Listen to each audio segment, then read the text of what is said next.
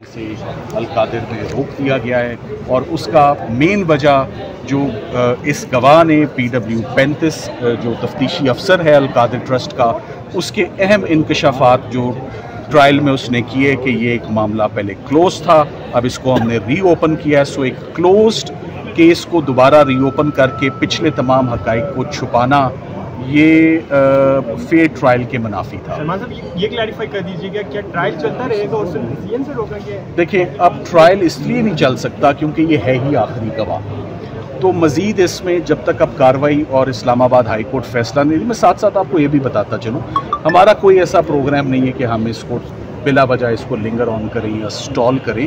یہ آئندہ تاریخ پر نیب اپنی اسسٹنس دے دیں، ہم اپنی اسسٹنس دے دیں. ہم نے تو کبھی بھی جب اسسٹنس کی بات ہوئی ہے ہمیشہ دی ہے، تو انشاءاللہ نیب آ جائے ہم آ جائیں گے. مگر مین بات یہ کہ بدھ والے دن جو نیچے القادر ٹرائل ہے اس میں فیصلہ سنانے سے ٹرائل کورٹ کو روک دیا گیا، اور سٹیج وہی آ چکی ہے جو فیصلہ سنانے والی ہے.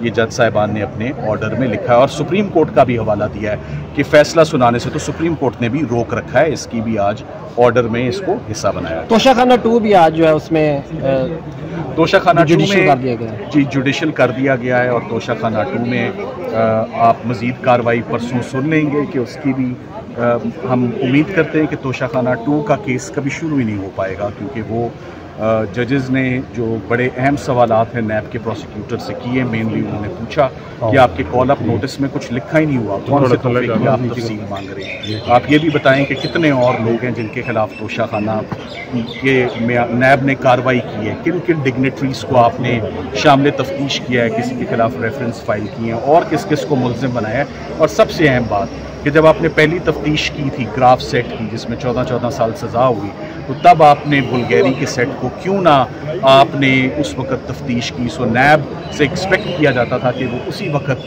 اسی سٹیج پر اپنی انکوائری کو مکمل کرتی. یہ چھوڑ کر کیوں رکھتا ہے ایک پارٹ کو، ایک سیگمنٹ کو، کہ جب ایک کیس سے بریت کا ٹائم آتا ہے، ریلیز کا ٹائم آتا ہے، تو اسی کا ایک چھوڑا ہوا ایک پارٹ ایک سیگمنٹ کی بنیاد پر ایک نیا کیس جو ہے وہ چلایا جائے. ان تمام نکات پر اب میرا خیال ہے کہ پرسوں ایک بڑی مفصل اور جامع ہیئرنگ جو ہے وہ یہاں پر ہائی کورٹ میں ہوگی.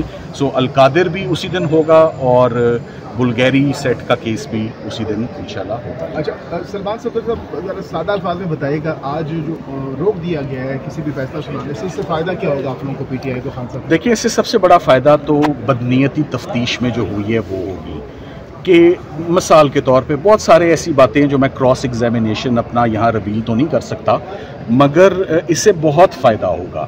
ایک کیس جیسے جج صاحبان نے ایک غلام سرور سندھو کے کیس کا حوالہ دیا، ان رپورٹڈ ججمنٹ ہے کہ انہوں نے کہا کہ ہم نے اس کیس میں اس بات پر انکوائری میں ہم نے بیل دے دی کہ یہ کیس پہلے انکوائر ہوا اور انکوائری کلوز ہوئی، اور ہم نے اس بات پر بھی کیا کہ پہلے افسران کے خلاف ڈپارٹمنٹل ایکشن اور انکوائری کیوں نہیں ہوئی. تو اس کے بڑے فار ریچنگ کانسیکوینسز ہیں. کرمنل کیسز کا سٹے ہونا بڑا مشکل ہے. اس سے پہلے جو کرمنل کیسز سٹے ہوئے تھے سلمان اکرم راجہ صاحب سائفر کیس میں، وہ ہوا تھا کہ اوپن ٹرائل نہیں ہو رہا اور اوپن پروسیڈنگز نہیں ہو رہی. آج کا کیس اس بات پہ ہو رہا ہے کہ تفتیشی کو کچھ اہم ریکارڈ منظر عام پر لانے سے روکا جا رہا ہے، اور جج صاحب نے وہ ہماری درخواست جو خارج کی ہے، اب ہم نے آج باضابطہ طور پہ اس پہ بینچ کو انگیج کیا ہے. انشاءاللہ پرسوں اس پہ سر فوجی عدالتوں میں کہا جا رہا ہے خان صاحب کا کیس لے کے جایا جائے گا، بھی ایسی کوئی میرے تھینک یو.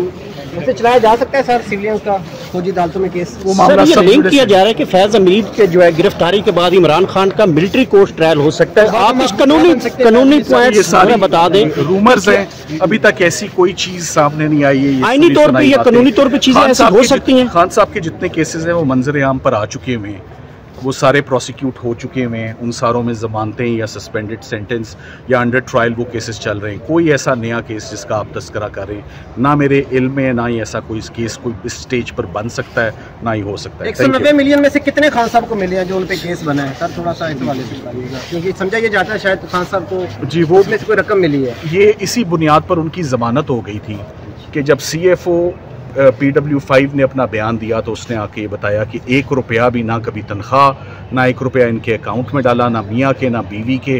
ٹرسٹ بھی موجود ہے، گوسٹ ٹرسٹ نہیں ہے. اور اسٹوڈنٹس بھی پڑھ رہے ہیں, لمس کی فیکلٹی ہے, گورنمنٹ کالج کی فیکلٹی ہے, افیلیشن وہاں سے. سو اس بنیاد پر آپ کو یاد ہوگا کہ چیف جسٹس صاحب نے اور مسٹر جسٹس طارق جہانگیری صاحب نے عمران خان صاحب کی ضمانت کو ایکسیپٹ کیا تھا. ٹرسٹ کے حوالے سے کہا جا رہا ہے کہ ٹرسٹ رجسٹرڈ نہیں ہے. دیکھیے وہ میں نے اپنی اگنورنس کا اظہار کیا ہے. I will find out, I am not the liar in that case, معلوم کر لیں گے کہ ٹرسٹ رجسٹرڈ تھا یا نہیں, مگر اس کا تعلق آج کی کارروائی سے نہیں ہے. ٹرسٹ کا رجسٹر ہونا نہ ہونا ایک اور بات ہے, مگر آئی او کا پچھلی کیس, اس کیس کو ایک دفعہ پہلے انویسٹیگیٹ کر کے اس کو پہلے کلوز کرنا, وہ ساری ریلیونٹ ہے. متفرق دفعات آ سکتی ہے, متفرق دفعات آ سکتی ہے کہ خان صاحب کے خلاف کتنے کیسز ہیں جو پینڈنگ ہیں.